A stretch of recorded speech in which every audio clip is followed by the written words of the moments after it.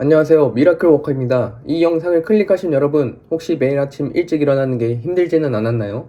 또는 전날 밤에 내일부터는 무조건 일찍 일어나야지 계획은 하지만 막상 알람이 울려 눈을 뜨면 알람을 끄고 다시 잠들지는 않았나요? 저 역시도 그런 사람이었습니다. 하지만 여러 시행착오를 겪으면서 저만의 일찍 일어나는 방법을 찾게 되었습니다.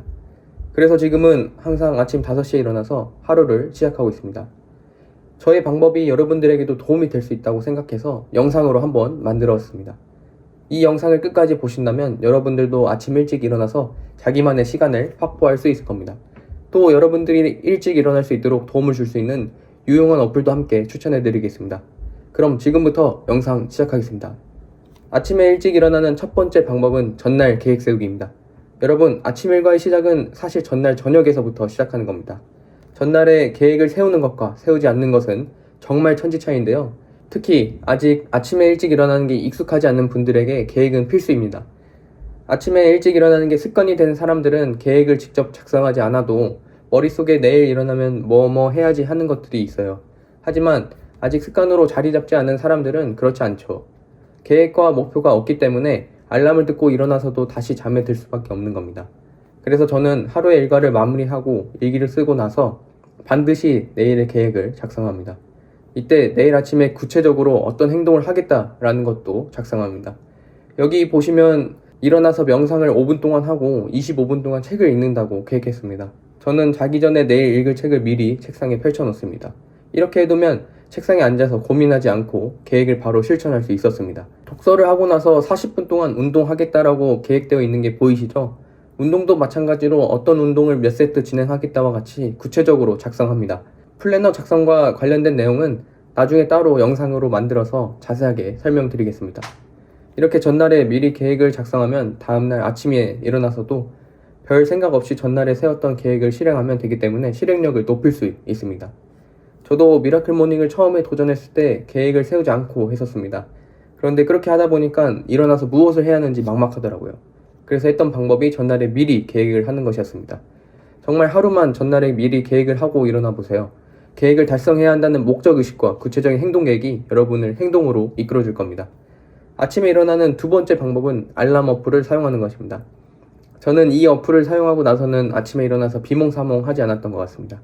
바로 알람이라는 어플인데요. 알람이 울렸을 때 알람을 해제하려면 자신이 정한 미션들을 수행해야 합니다. 미션의 종류는 상당히 많은데요.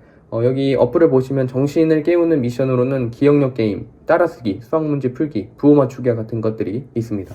또 몸을 깨우는 미션으로는 걷기, 휴대폰 흔들기, 사진 찍기, 스쿼트와 같은 것들이 있는데요. 알람을 끄기 위해서는 앞서 말씀드린 미션들을 해야 합니다. 그러다 보니 알람을 끄고 다시 잠에 들었다가 눈을 떠보니 날이 밝은 상황 같은 일이 벌어질 가능성이 없다고 보셔도 됩니다. 저 같은 경우에는 기억력 게임과 스쿼트를 미션으로 설정했는데요. 기억력 게임은 3초 정도 블럭의 위치를 보여주고 이것을 기억해서 똑같은 위치를 맞추면 됩니다. 스쿼트의 경우에는 핸드폰을 들고 스쿼트를 하면 어플의 횟수를 인식하고 본인이 정한 횟수까지 실시하면 됩니다. 이렇게 2분 정도 미션을 수행하고 나면 잠이 다 깨서 다시 자고 싶은 생각은 들지 않습니다. 또 이 어플의 장점 중에 하나는 수면 패턴을 분석해주는 기능이 있다는 겁니다. 자는 동안에 이 어플을 켜놓으면 숨소리를 들으면서 수면의 질을 분석해줍니다. 예를 들어서 잠들기까지 걸린 시간은 얼마이며 수면 효율은 얼마나 되는지와 같은 데이터들을 제공해줍니다. 저는 아침에 일어나서 이것을 보는 재미도 있고 이것을 기반으로 저에게 맞는 수면 시간을 찾는 데 사용했습니다. 알람이는 무료로도 사용이 가능하고 한 달에 6,900원, 1년치를 한 번에 낸다고 하면 한 달에 4,800원의 돈으로 더 많은 기능들을 사용할 수 있습니다. 돈을 지불하게 되면 설정할 수 있는 미션의 양이 많아지는 것으로 알고 있습니다. 저는 어플을 다운받자마자 1년치를 한 번에 결제했는데요. 한 달에 커피 한 번 안 마시는 돈으로 나만의 아침 시간을 확실하게 확보할 수 있다면 충분한 투자 가치가 있다고 생각했습니다. 여러분들도 한번 무료 어플로 한번 활용을 해보세요. 정말 강력 추천드립니다. 아침에 일찍 일어나는 세 번째 방법은 기상 직후에 간단한 간식을 먹는 것입니다. 우리가 잠에서 깨게 되는 것은 외부의 어떠한 자극에 의해서인 경우가 대부분입니다. 알람을 듣고 일어나게 되는 경우는 청각의 자극을 받는 것이고 해가 중천에 떠서 눈이 부셔서 일어나는 경우는 시각의 자극을 받은 것이고 엄마가 흔들어서 일어나는 경우는 촉각의 자극을 받은 것이죠. 즉 자극의 종류가 많아지면 많아질수록 잠에 깨는 것이 쉬워진다는 것이죠. 그래서 저는 알람을 듣고 눈을 뜨면 불을 켜고 침대 맡에 있는 간식을 먹습니다. 저는 보통 곡물 쉐이크, 초콜릿바, 단백질바 또는 사탕 같은 것을 먹습니다. 이렇게 미각을 통한 자극이 오면 한결 잠에서 깨기 쉬워집니다. 또 간식을 먹으면서 자연스럽게 저작 운동을 하게 되잖아요. 2021년 스웨덴 카톨린스카 의대에서 연구한 결과를 보면 저작 운동이 뇌 기능 활성화에도 도움이 된다는 것을 알 수 있습니다. 특히 인지와 기억력을 담당하는 이 해마 부분의 신경 활성도를 높여주기에 아침에 일어나서 공부를 하시거나 책을 읽는 분들에게는 일석이조겠죠. 여러분들도 아침에 일어나서 간단한 간식을 한번 먹어보세요. 달콤한 간식을 먹어서 기분도 좋고 이전보다는 확실히 잠에서 깨기 편할 겁니다. 아침에 일찍 일어나는 마지막 방법은 전날에 일찍 자는 겁니다. 무슨 당연한 소리를 하냐고요? 당연하지만 많은 사람들이 이를 실천하지 않아서 아침에 일찍 일어나는 걸 실패하는 겁니다. 저 역시도 그랬으니까요. 여러분, 아침에 일찍 일어난다고 해서 원래 자던 시간에 자면서 수면 시간을 줄이면 안 됩니다. 왜냐하면 우리 인간은 잠을 자면서 몸을 재정비하고 하루 동안 배우고 느꼈던 것들을 뇌가 정리하는데요. 그런데 수면 시간이 짧아지면 이러한 활동들이 제대로 이루어지지 않고 일어나게 됩니다. 그러면 다음날 아침에 눈을 떠서도 여전히 피로감을 느끼게 되고 다시 알람을 끄고 눈을 감게 될 확률이 높아지겠죠. 또 한 번 잠에서 깼기 때문에 다시 잠을 자고 일어나도 여전히 개운하지 않은 상태일 겁니다.